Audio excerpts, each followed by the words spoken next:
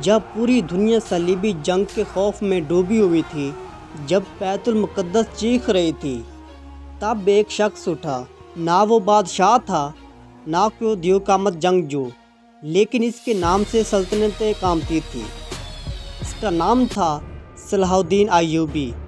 لیکن کہانی یہاں سے شروع نہیں ہوتی، بلکہ ایک ایسے منظر سے شروع ہوتی ہے جو دل کو چیر دیتی ہے۔ مسلمانوں کا ایک قافلہ مدینے کی طرف جا رہا تھا، جن میں بچے، عورتیں اور بوڑھے بھی شامل تھے۔ اس قافلے میں صلاح الدین ایوبی کی بہن بھی شامل تھی، خاموشی سے عبادت کے جذبے کے ساتھ۔ مگر راستے میں اچانک تلواروں کی چمک، چیخیں اور خون۔ صلیبی فوج نے حملہ کر دیا۔ نہ عورتوں پر رحم، نہ بچوں پر۔ ہر طرف لاشیں تھیں، ہر طرف ظلم تھا، جذباتی شدت۔ خون ریت میں جذب ہو رہا تھا، زمین سرخ ہو چکی تھی۔ مائیں اپنے بیٹے کو سینے سے لگائے بیٹھی تھی، مگر بچہ خاموش ہو چکا تھا۔ ایک بوڑھا آدمی آسمان کی طرف دیکھ کر کہتا ہے، یا اللہ، ہم نے کیا گناہ کیا تھا۔ تلواریں صرف جسم نہیں کاٹ رہی تھی، وہ امیدیں کاٹ رہی تھی، وہ ایمان کو آزما رہی تھی۔ اس قافلے میں ایک لڑکا تھا، زخمی، کانپتا ہوا۔ کسی طرح وہ بچ نکلا اور دوڑتا ہوا صلاح الدین ایوبی کے پاس پہنچا۔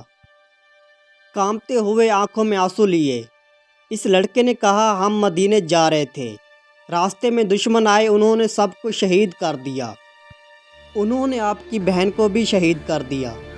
یہ بات سن کر صلاح الدین ایوبی خاموش ہو گئے اور خاموشی سے بیت المقدس کی تاریخ پڑھ رہے تھے۔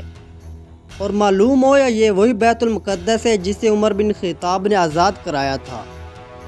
وہ دن جب نہ تلواریں چلی، نہ خون بہا، جب ایک خلیفہ سادے کپڑوں میں بیت المقدس میں داخل ہوتا ہے، جہاں دشمن بھی محفوظ تھے، جہاں عبادت کرنے والوں کو آزادی ملی تھی۔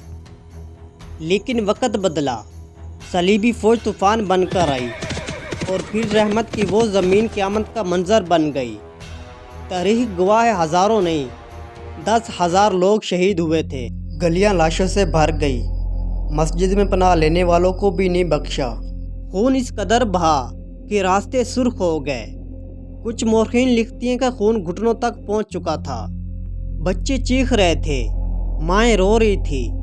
یہ صرف ایک شہر پر قبضہ نہیں تھا، یہ انسانیت کا قتل تھا۔ وہی بیت المقدس جو کبھی عدل کا مسئلہ تھا، اب وہ ظلم کی داستان بن چکی تھی۔ لیکن صلاح الدین ایوبی غصے سے کانپے نہیں، وہ چیخے نہیں، انہوں نے صرف آنکھیں بند کی۔ صلاح الدین ایوبی نے کہا، اب وقت آ گیا ہے۔ ایک نوجوان جس کی آنکھوں میں خاموش آگ تھی، وہ میدان جنگ میں نہیں بلکہ حکمت، صبر اور ایمان سے لڑتا تھا۔ وہ ہر شہید کی چیخ سنتا تھا۔ لوگ تلواروں سے جنگ جیتتے، لیکن صلاح الدین ایوبی دل جیتے۔ ہر ماں کے آنسو اس کے دل پر بوجھ بنتے تھے۔ وہ آہستہ آہستہ طاقتور ہوتا گیا، لوگ اس کے ساتھ جڑتے گئے۔ اور پھر ایک دن وہ لمحہ آیا جب اس نے اعلان کیا، بیت المقدس کو آزاد کرایا جائے گا۔ دشمن طاقتور تھے، صلیبی فوج ہزاروں میں تھی، ہر طرف خوف تھا، ہر طرف سوال تھے، کیا واقعی ہم جیت سکتے ہیں؟ لیکن صلاح الدین ایوبی نے کہا، جیت ہمیشہ تعداد سے نہیں، یقین سے ہوتی ہے۔ پھر وہ دن آیا، صلیبی فوج، پیاسے تڑپتے سپاہی اور میدان حطین۔ صلاح الدین ایوبی نے ایک ایسا منصوبہ بنایا جو تاریخ میں ہمیشہ یاد رکھا جائے گا۔ اس نے دشمن کو پانی سے دور کر دیا اور پھر حملہ کیا۔ یہ صرف جنگ نہیں تھی، یہ ایمان اور غرور کا مقابلہ تھا۔ چیخیں، تلواروں کی ٹکر اور پھر خاموشی۔ فیصلہ کن موڑ۔ صلیبی فوج شکست کھا چکی تھی، ان کا غرور ٹوٹ چکا تھا، اور پھر صلاح الدین ایوبی بیت المقدس کی طرف بڑھے۔ دنیا رک گئی، سانسیں تھم گئی۔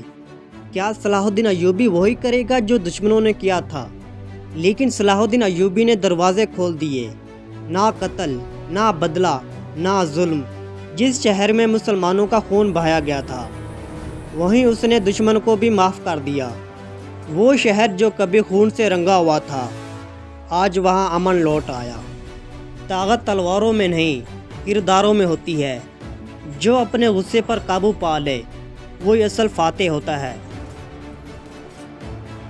صلاح الدین ایوبی زمین نہیں دل جیتے تھے۔ یہ کہانی جنگ کی نہیں عظمت کی ہے۔ ہر دور کو ایک صلاح الدین کی ضرورت ہے۔ آج صدیاں گزر چکی ہیں لیکن سوال اب بھی زندہ ہے، کیا ہم میں آج بھی کوئی صلاح الدین ایوبی موجود ہے؟ ایک ایسا انسان جو طاقت رکھتا ہو لیکن ظلم نہ کرے، جو جیت سکتا ہو لیکن معاف کر دے، کیونکہ اصل ہیرو وہ نہیں جو دشمن کو ہرا دے بلکہ وہ ہے جو خود کو جیت لے۔ صلاح الدین ایوبی صرف ایک نام نہیں، وہ ایک معیار ہے اور تاریخ آج بھی اس معیار کو ڈھونڈ رہی ہے۔ اور پھر صلاح الدین ایوبی نے بیت المقدس کو آزاد کرا لیا۔ وہ شہر جو کبھی خون سے رنگا ہوا تھا وہاں امن لوٹ آیا، انصاف لوٹ آیا، انسانیت لوٹ آئی۔ لیکن تاریخ ہمیشہ ایک جیسی نہیں رہتی۔ آج صدیاں گزرنے کے بعد وہی بیت المقدس پھر ہمارے سامنے کھڑی ہے، لیکن اس بار وہ خاموش نہیں، وہ چیخ رہی ہے۔ آج بھی اس سرزمین پر خون بہہ رہا ہے، آج بھی معصوم جانیں کھو رہی ہے، آج بھی مائیں اپنے بچوں کو سینے سے لگائے بیٹھی ہے، خاموشی سے رو رہی ہے، لیکن دنیا دیکھ رہی ہے۔ وہی بیت المقدس جسے ایک وقت میں حضرت عمر بن خطاب نے بغیر خون بہے فتح کیا تھا، جسے صلاح الدین ایوبی نے عدل اور رحم کے ساتھ آزاد کرایا، آج وہی زمین پھر خون سے بھر چکی ہے۔ فرق صرف وقت کا ہے، منظر آج بھی وہی۔ یہ صرف ایک شہر نہیں، یہ صرف ایک جنگ نہیں، یہ تاریخ کا وہ زخم ہے جو آج بھی تازہ ہے، اور شاید ہمارے خاموشی اس سے اور گہرا کر رہی ہے۔ پھر سے سوال وہی، کیا ہم میں آج بھی کوئی صلاح الدین ایوبی موجود ہے یا پھر سبھی فرعون ہیں؟